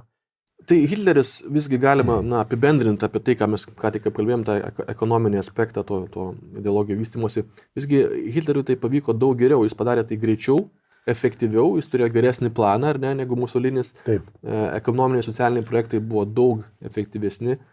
Ir jam pavyko atkurti tas darbo vietas, sukurti tas darbo vietas ir įdarbinti žmonės, kurie buvo bedarbiai. Ir ko to nelabai pavyko Musoliniui. Ir aš net nelyginu apie tai, kas vyko Sovietų Sąjungoje, nes ten apskritai tas valdymas buvo iki tiek, kad pabaigoje netgi, irgi atsimenu tokią dokumentiką teko matyti, Britų dokumentiką.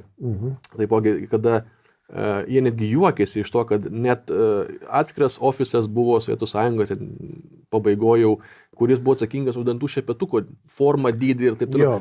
Iki tiek buvo tas valdymas iš viršaus. Tai tą ir suprato vėliau Gorbačiovas, tai jisai užtat bandė decentralizuoti, bet ta sistema jau buvo per trapi, nes iš karto po to jau visa sugriuvo sistema. Tai apibendrinant tai, ką apkalbėjome apie ekonominį aspektą tų ideologijų vystymosi, tai vis tiek reikia pripažinti, kad Hitleriui tai pavyko padaryti daug geriau, greičiau ir efektyviau, kadangi jis turėjo planą. Planas buvo daug geresnis negu Musolinio planas, kaip sakėt, jisai improvizavo galbūt daugiau, ne tiek, kiek turėjo tą planą. Hitlerio projektai buvo efektyvesni, jie veikė iš tiesų ir dėl to jam ir pavyko sukurti tas darbo vietas ir tai padaryti daug greičiau negu Musoliniui, jau net nekalbant apie tai, kas vyko Sovietų Sąjungoje. Jis, aišku, turėjo turtingesnę valstybę, tai jam lengviau tas buvo, o Musolinis turėjo tokią pusiau neišsivysčiusią šalį, tai tam tikrą prasme ir uždavinys jam sunkesnis. Taip. Sutikčiau. Pakalbėkim apie karą. Fašizmo ir nacionalsocializmo egzistavimo pabaigą. Kokie skirtumai ir panašumai išryškėjo prasidėjus Antrajam pasauliniam karui ir jam pasibaigiant? Taip, man atrodo, pora bent atvejų buvo, kur vokiečiai tiesiog turėjo išgelbėti savo italus partnerius. Tai pirmas toks atvejis buvo Šiaurės Afrikoje. Atsiminkime, kad Libijoje turėjo savo koloniją Italija ir ją kolonizavo, jau ten buvo 100 000 italų jau persikėlė gyventi. Ir tuo pačiu apsaugoti tą koloniją, tai laikė 200 000 vyrų armija italai. Tai 40 metų pabaigoje, jau po to, kai prancūzai žlugo, ir prasidėjo vokiečių ir anglų didelis mūšis dėl Anglijos, virš Anglijos padangės vyko dideli mūšiai, bet anglai stengiasi laikyti savo kolonijinės pozicijos Egipte. Ir Musolinis sugalvojo, kadangi jis jau nutarė įstoti į karą kartu su vokiečiais, jis manė, vokiečiai jau laimėjo. 40 metais birželio mėnesį jis laukia, pagal visą sutartis jis turėjo paremti vokiečius iš pat pradžių. Bet jisai... Jeigu įsitartų, Algi, nuo kada būtent Musolinis pradėjo palaikyti Hitlerį? Nes kiek žinau, pradžioje jis nelabai ją mėgo apskritai. Taip, nelabai iš tikrųjų. Jisai pirmas buvo valdžioj, o Hitleris tik atėjo po 10 metų. Tai jis naujokas buvo, o jis jau senas, toks patyręs, su tam tikrų prestižų. Bet pradžia buvo, aš sakyčiau, Musolinio sprendimas užpulti Etiopiją. Jis ten įsivėlė į smarkų karą, laimėjo, šį kartą laimėjo, bet prieš labai vargingą Afrikos šalį, Etiopiją, 400 000 karių ten turėjo, bet vakarų šalis suorganizavo ekonominės sankcijas, kas ir paveikė italų ekonomikai ir ją izoliavo Italiją kažkiek. Tai nuo tada italai pradėjo artėti prie vokiečių. Ir Tai vokiečiai izoliacija išnaudojo. pastumėjo Jo. italus link Taip, Vokietijos. vokiečiai išnaudojo tą didėjančią izoliaciją 35 metais, 6 ir prasidėjo suartėjimas, kuris vis įgavo intensyvesnės formas, kol pagaliau įvyko net ir karinė sąjunga. Reiškia, plieno sutartis, pagal kurią italai turėjo kartu įstoti į karą su vokiečiais, jeigu jis prasidės. Bet kai prasidėjo, italai delsė. Jie palaikė vokiečius, bet neįstojo. Jie argumentavo, kad trūksta jiem daug resursų, pateikė labai ilgą sąrašą resursų, ko reikėjo, anglies, plieno, šaudmenų ir panašiai. Vokiečiai negalėjo iš karto to patenkinti, tai laukė. Bet kai pamatė, kad vokiečiam sekasi, jie užkariavo Lenkiją, tada Skandinavijos buvo kampanija, kuris sėkminga buvo vokiečiams, tada Prancūzija visų žmonių nuostabai per 6 savaitės žlugo. Ir tada Musolinis sugalvojo, kad jau atrodo, kad laimėjo vokiečiai, tai reikia irgi pagaliau įsijungti karą, nes kitaip bus greit taikos sutartis ir italai nieko negaus. Nieko negaus, reikia skubėti. Tai jis čia klaidą padarė. Jis manė, kad jau vokiečiai laimėjo, bet karas tik dar prasidėjo iš tikrųjų. Tai jisai pradėjo pulti prancūzus ir tada jis nutarė, jau kai aprimo kovos kontinente, jis nutarė, kad reikia pulti anglus, juos išvaryti iš Egipto ir užimti Suezo kanalą. Labai strateginę vietą, kuri smarkiai padidintų, sakykime, Italijos saugumą. Tai turėdamas 200 000 vyrų kariuomenę, jis liepė puolimai pradėti prieš anglus. Anglų buvo 34 000. 200 000 prieš 34 000. Ir kaip jam sekėsi? Katastrofiškai sekėsi. Nes vienas dalykas tai tankai. Tankų turėjo anglai nedaug, bet jie buvo galingi. O italų tankai buvo labai maži, jeigu matyti filmuose, istoriniuose, tai jie panašesni į galbūt minivan kokį nors, arba autobusiuką, net ir mažesni. Labai lengvai būtų galbūt sunaikinti tų tankų. Bet gilesnė problema buvo, kad, kaip jau minėjau, Musolinis turėjo padaryti visą eilę kompromisų su karalium, o karalius vadovavo kariuomeniai, o kariuomenės karininkai buvo dažnai aristokratai, lojalūs pirmoje vietoje karaliui, bet ne Musoliniui. Nemažai tų karininkų labai skeptiškai žiūrėjo į tai, kad Italija atsidūrė kare. Jie manė, kad italai gali pralaimėti. Ir daugelis ekspertų mano, kad nemažai karinių vadovų nepilnai angažavosi, reiškia, kare. Jie stabdė, kitaip sakant. Tai kas atsitiko? Tai jau rudeniop 40 metų pradeda puolimą, išstumia anglus iš maždaug 10-20 kilometrų ruožo ir sustoja. Išsigando kariniai vadovai, reikia kelius statyti, reikia vamzdynus įrengti, kad nafta galėtų, benzinas galėtų eiti tankams, reikia įtvirtinimus daryti. Musolinis šėlsta, pulkite, jūs turite didžiulę persvarą. Vis tiek, pagaliau vėl bando pult, bet visiškai nesėkmingai, o anglai žiūri, kad jų oponentai nepaprastai silpnus. Ir jie nutarė, gerai, mes galim savo kontrapuolimą padaryti, bet mato, kad pradėjo pult, visiškai sužlugo frontas italų. Ir tada vietoj to, kad tik kuklų tokį kontrapuolimą daryti, jie pradeda iš viso varyti italus lauk iš visos Libijos. Ten milžiniški plotai, ten kur kovojama, tai 1000 kilometrų yra. Tai visa 200 000 armija žlunga ir 100 000 pasiduoda prieš 34 000 anglų kariuomenę. Na, o vokiečiai žiūri, visur jie sekėsi iki tada, bet dabar fašistų frontas atrodo pirmą kartą patirs katastrofą.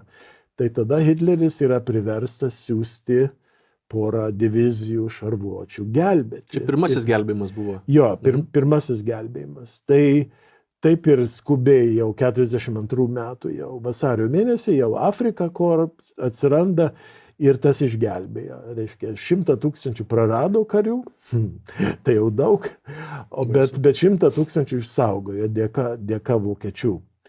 Ir tada dar sugalvoja Musolinis pulti Graikiją, nes Albaniją jau jie buvo užėmę 39 metais, bet jis norėjo parodyti, kad ir italai gali laimėti.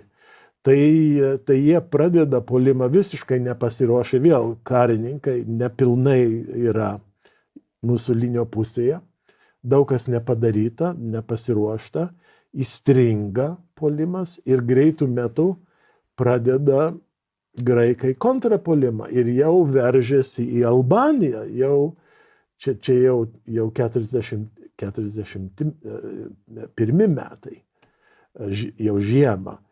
Ir, o Hitleris jau 41 metų pradžioj jau buvo nutaręs pradėti puolimą prieš Sovietų sąjungą.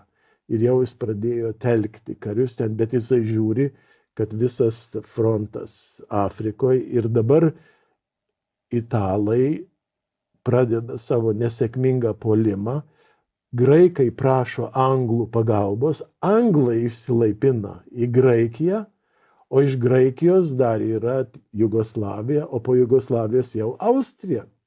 Tai visas pietinis flangas atsidūrė pavojuje vokiečių ir kažką reikia daryti. Vėl reikia gelbėti Musolinį. Tai vokiečiai vietoj to, kad savo karius jau ruošti puolimui Sovietų sąjungai, sugaišta porą savaičių ir tiek jiem užtrunka visą Jugoslaviją užkariauti ir Graikiją ir išvaryti anglus iš Graikijos. Bet sudegina daug kuro, labai daug sunaudoja tankų, detalių paskui trūksta ir tai jau susilpnino jų, reiškia, puolimą prieš Sovietų sąjungą. Tai daugelis karinių ekspertų galvoja, kad šitas Musolinio neapgalvotas ėjimas prieš graikus privertė vokiečius savo karinės pajėgas išskaldyti. Musolinio aventūros labiau galbūt padarė žalos daugiau negu kad naudos iš tiesų tam antrajam pasauliui. Kai kas ir taip kalba, jo. Tai iš pradžių Hitleris labai lojalus buvo Musolinio atžvilgiu, bet jau 42 metais, kai jisai dalyvavo pokalbį su Mannerheimu, reiškia, Suomių karinių vadų, jau tenai jis pasakė, dėja, aš turiu prisipažinti, kad mūsų pusėje jau yra silpnumo požymių, o vienas iš tų, tai būtent Italija, jau tą turiu, sako, nenoriu tą pasakyti, bet reikia prisipažinti. Ir, reiškia, 2-3 divizijas šarvuočių, kurios turėjo būti skirtos prieš sovietus, nukeliauja į Šiaurės Afriką, tada visą eilę savaičių, porą savaičių, gal aš biškį sutrumpinau, šiaip kol jie viską ten sutvarkė Balkanuose, tai man atrodo net ir 6 savaitės jie turėjo pavėlinti savo puolimą prieš Sovietų sąjungą. Tas ekonominis pasiruošimas visgi, Italijos fašistų ir Vokietijos nacionalsocialistų, jis irgi buvo skirtingas, ar ne? Taip, kiek jie buvo pasiruošę, kokios buvo galimybės apskritai tą karą eiti? Jeigu paimti, šiaip yra toks įdomus skaičius, jeigu paimti viso pasaulio pramoninę gamybą, arba gal greičiau ne be Sovietų sąjungos, nes tuomet kažkaip neskaičiuodavo, paskui vėliau suprato, kad ten labai galinga valstybė, bet šitas labai įdomus. 70% pasaulio pramoninės gamybos atiteko Amerikai, Prancūzijai, Anglijai. Pagrindiniai vokiečių ir italų priešai. O 16% tai Italijai ir Vokietijai. Tai disproporcija didžiulė. Bet jeigu pažiūrėti italų pajėgas, tai automobiliai, autotransportas labai svarbus tankams, mobilumui, nes antras pasaulinis karas tai buvo jau mobilių tankų karas. Tai italai 39 metais pagamindavo 60 000. Pagamino 60 000 automobilių. Jeigu palygint su Anglija, 340 000 pagamino automobilių. Jeigu palygint su, Vokietija 340 000. Anglų 300 000. Bet amerikiečių 4,5 milijonų. 60 000 prieš 4,5 milijonų. Italija vėliau paskelbė karą Amerikai, kadangi jinai sąjungininkė. Tai 60 000 automobilių prieš 4,5 milijonų. Dabar anglis labai svarbi tuomet buvo. Italai 4 milijonus pagamindavo, vokiečiai 160 milijonų. Čia tonų ar? Tonų, jo. Anglai 230 milijonų prieš 4 milijonus.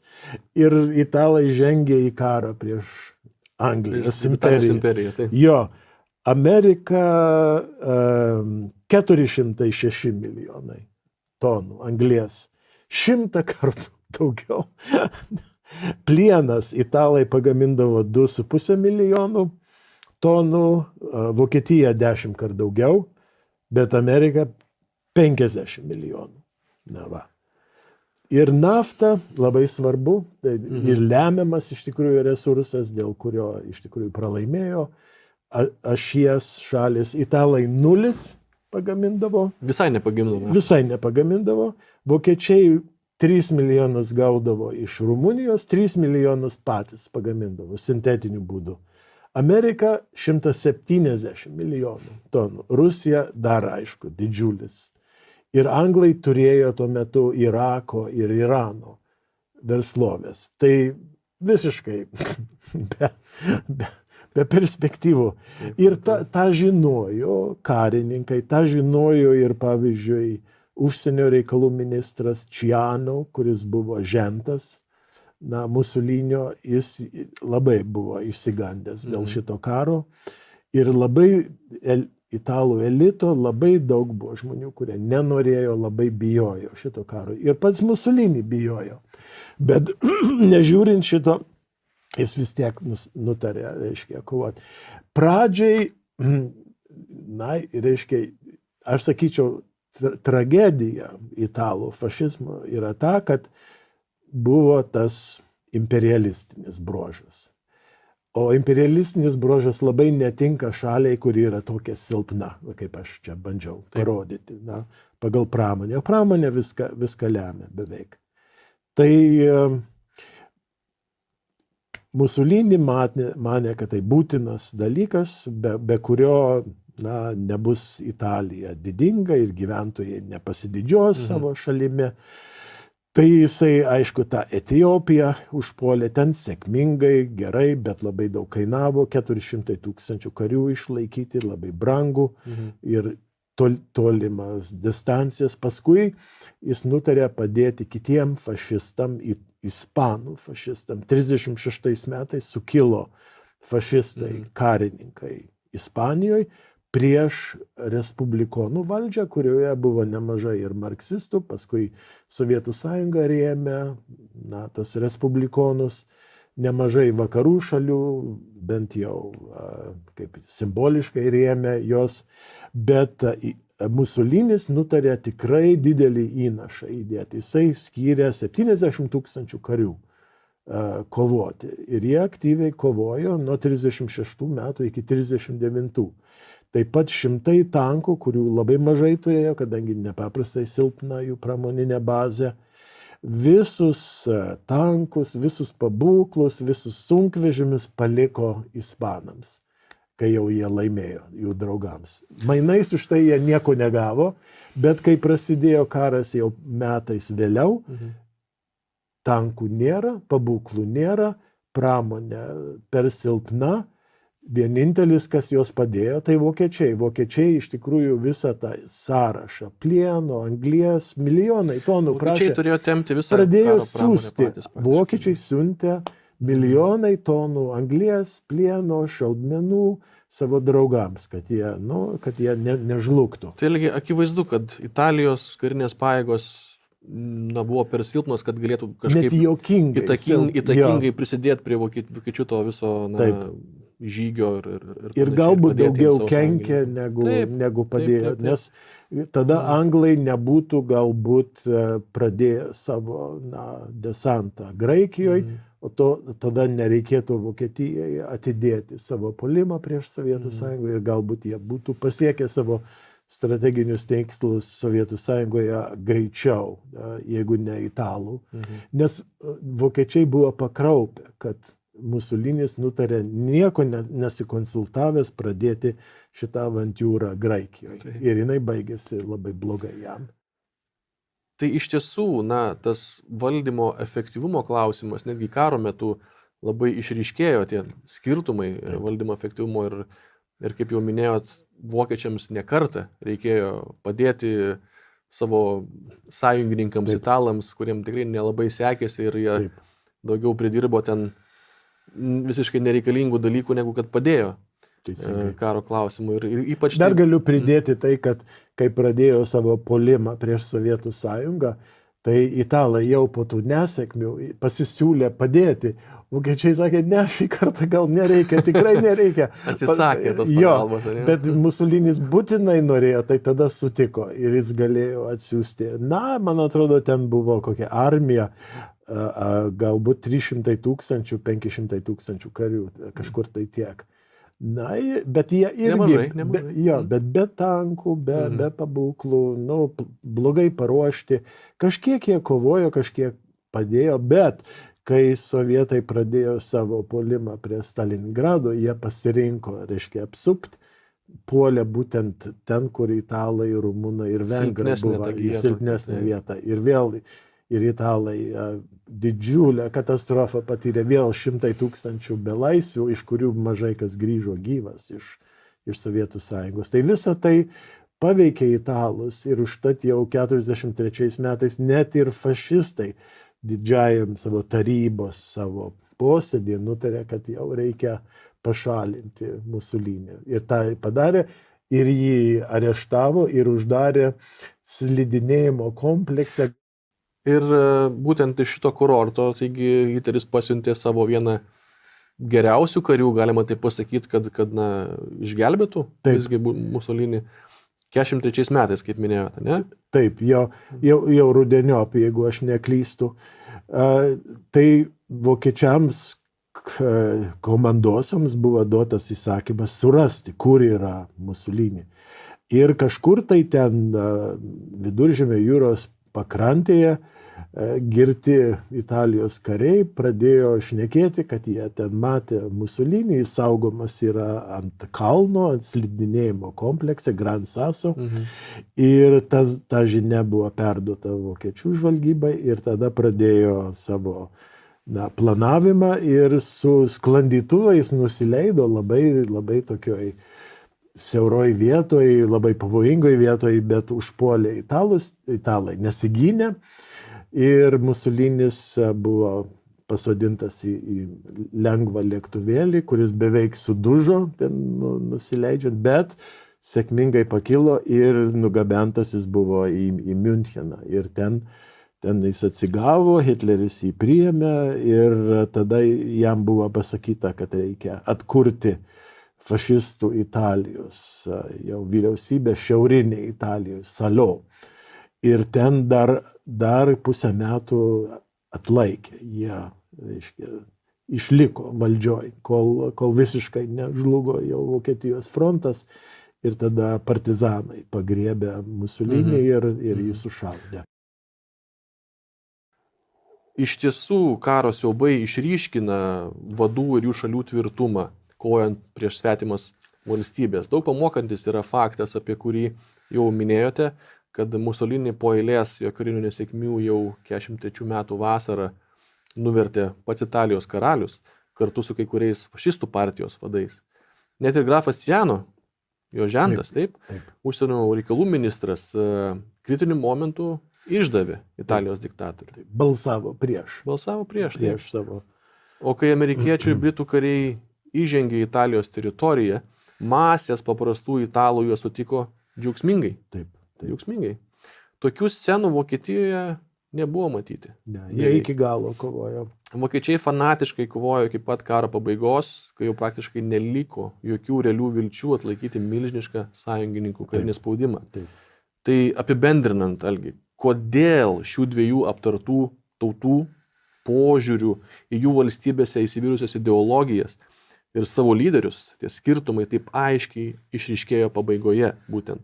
Juk abi ideologijos pagal tai, kaip jos buvo deklaruotos, buvo skirtos valstybei ir tautai suklestėti, kad užtikrintų jų tolimesnį egzistavimą. Tai kodėl nacionalsocialistinė Vokietija ėjo iki galo už tą idėją, o fašistinė Italija visgi nusivylė ir perėjo į priešų pusę? Kai ką jau palėtėm anksčiau, bet aš išryškinčiau vėl tą socialinį aspektą, tai tą nacionalsocializmo, tą dalį, kad buvo paruošta gera programa, kad vokiečiai gavo perspektyvą normaliau gyventi, pajamos augo, bet bedarbių praktiškai nebebuvo jau, ekonomika stabili, kaip dar pats minėjai, dar ir laisvalaikio programą įgyvendinta, kultūrinė programa irgi. Tai, sakyčiau, geriau organizuota, daugiau efektyvi, duodanti masai gyventojų to, ko jie, daugiausia norėjo, stabilumo, kažkokio perspektyvumo. O pas italus mažiau buvo, daugiau buvo ad hoc, Mussolini, galbūt jo asmenybė yra kitokia, netokia, galbūt tvarkinga, daugiau teatrališka, daugiau siekianti efekto, galbūt jis per daug skyrė prestižui, per daug jo įvaizdžiui, o vokiečiai daugiau, sakyčiau, prie konkretaus darbo ir specifinių pasiekimų. Tai čia tvarka, kuri būdinga daugiau galbūt vokiečių tautai negu italų, bet priežastis irgi jau aptarėm dalinai dėl to, kad atsilikusi buvo Italija, Vokietija viena iš pažangiausių šalių, tai atsiliepia ir vadovavimo efektyvumo ir piliečiai tada reaguoja į šitą. Dar galėčiau pasakyti, kad nemažai italų pajamos ūkininkų, smulkių ūkininkų, darbininkijos blogėjo prie Musolinio, o prie Hitlerio daugėjo. Ne dramatiškai, bet kasmet po 4% padidėdavo pirkimo galia, o Italijoje taip nebuvo. Italija atsiliko, prasčiau susidorojo su socialiniam problemom. Ir tada ir mažiau, jeigu žmonės daug metų patyrė, net ir badą buvo, ir bado šiek tiek paplitusio pietiniai Italijoje, tai tokie žmonės ir atitinkamai mažiau ir galbūt lojalūs yra savo vadovybei. Ar galima taip sakyti, kad būtent kalbant apie tą pačią pabaigą, kad vokiečiai iki galo, o italai visgi ne taip jau bekovojo ir perėjo iki priešo pusę. Jie, galim pasakyti, vėl per frontą pakeitė, kai pirmą pasaulinį karą perėjo iš vokiečių. Visada baigė su laimėtojais. Tai taip ir jie padarė per antrą pasaulinį karą. Jie vokiečiams sakė, kad toliau kovosim net ir be Musolinio, bet iš tikrųjų jau pradėjo slaptas derybas su amerikiečiais ir anglais. Vokiečiai tą suprato ir tada jie suvokė, kad arba jie greitai užima visą Italiją, arba jų kariai, tenai jų karių buvo daug, visa armija, visa bus apsupta ir prapuls. Tai jie per kelias dienas užėmė visą Italiją, per kelias dienas, ir tada jau jie galėjo gintis prieš vakarų aliantus. Ir visus metus užtruko anglams, amerikiečiams Italijos tą peninsulą nustumti, nes vokiečiai gynėsi už kiekvieno kalno, už kiekvieno... Bet visgi, ką aš noriu pasakyti, Algi, būtent kalbant apie tą dalyką, ar galima taip sakyti, kad vokiečiams kovoti iki galo, apskritai, kodėl jie tą darė, kad buvo labai svarbu tas moralinis pakilimas tautos, kokį sugebėjo padaryti Hitleris, ko Musolinis tikriausiai nelabai sugebėjo. Tokį dvasinį, moralinį pakilimą sukūrė. Jie norėjo toliau gyventi toj valstybėje, kuri buvo, kaip sakėt, ekonomiškai klestėjo, socialiniai dalykai buvo vykdomi, tie projektai ir taip toliau. Žinoma, ne visi, nes ko Hitleris daugiau turėjo negu Musolinį, tai koncentracijos stovyklų. Daug vokiečių nepritarė. Ne visiems sekėsi taip puikiai. Ne visi norėjo eiti iki galo, bet aš dar pabrėžčiau tai, kad alijantai nedavė perspektyvų pasiduoti. Nebuvo tokios galimybės pradėti dėrybos, kaip dabar kalbama, pavyzdžiui. Ar ukrainiečiai, ar rusai dėrėsis, tai visą laiką ta galimybė liekama. Bet vokiečiam buvo aiškiai pasakyta, kad jie turi visiškai pasiduoti. O Sovietų sąjunga, tai kai Sovietų sąjunga pradėjo savo kontrapuolimą, tai jų elgsena su vokiečiais buvo barbariška. Tai vokiečiai suprato, jeigu jie nesigins, tai rusai juos nusiaubs. O vakarai iš savo pusės irgi jokio gailesčio, jokių perspektyvų dėryboms. Turi visiškai pasiduoti. Tai irgi labai padidino prailgino tą karą. Galėjo kitaip padaryti vakarų šalis, bet taip nutarė. O šiaip tai vokiečiai daugiau gynėsi. Jie, kaip minėjau, tie kultūriniai dalykai yra ir tiesiog nebuvo perspektyvos. Turbūt tas galbūt svarbės jau visiškai ant galo, net ir kai kurie vokiečių karininkai jau norėjo baigti karą. Atsiminkime 44 metų Liepos mėnesį atentatą prieš Hitlerį. Tai aristokratai, karininkai darė, buvo įjungti 100,000 karių, kurių paskui išryškino tą atentatą ir jie buvo visi žiauriai nubausti.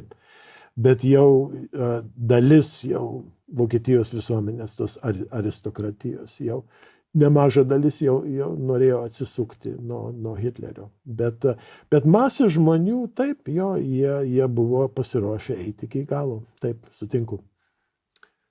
Na, tai manau, kad galime tvirtai rezumuoti, kad nacionalsocializmas, kad ir turėjo tam tikrų metų sąlyčio taškų su fašizmu, tai nėra tas pats. Ar ne taip, Algi? Taip, nes pagrindinis veiksnys tai yra tauta, valstybė, jos istorija, jos pramonė, jos išsivystymo lygis labai skiriasi. Na ir atitinkamai turėjo skirtis ir ideologijos. Ir jų įgyvendinimo efektyvumas. Apie ką mes daugiausiai ir kalbėjom, atrodo. Prasidėjo skirtingai, tada susitapatino šiek tiek, o gale vėl išsiskyrė. Taip. Ir tai, ką jos sukūrė, iš tiesų buvo labai skirtinga. Taip. Taigi, mielas Algi, dėkoju Jums už šį puikų pokalbį, kad sutikote dalyvauti mūsų laidoj. Pirmoje mūsų laidoje, Žvilgsnis kitų kampų, pati pirmoji laida. Tikiuosi, kad laidų bus daugiau ir kad susimatysime vėl. Taip pat ačiū ir visiems žiūrovams, visiems žiūrėjusiems. Jei ši laida jums buvo įdomi, jei norėtumėte daugiau tokio turinio, tokio tipo laidų, tai labai prašome prenumeruoti mūsų YouTube kanalą, bet svarbiausia, užsiprenumeruoti naujienlaiškį mūsų interneto svetainėje www.tautos.tv. Ten pamatysite mūsų visų laidų įrašus, kurių tikiuosi bus daugiau ir vis daugės, ir tiesioginės transliacijos, kurios ten taip pat bus visada pasiekiamos. Taigi, ačiū Jums, ačiū Algi ir iki kitų susitikimų.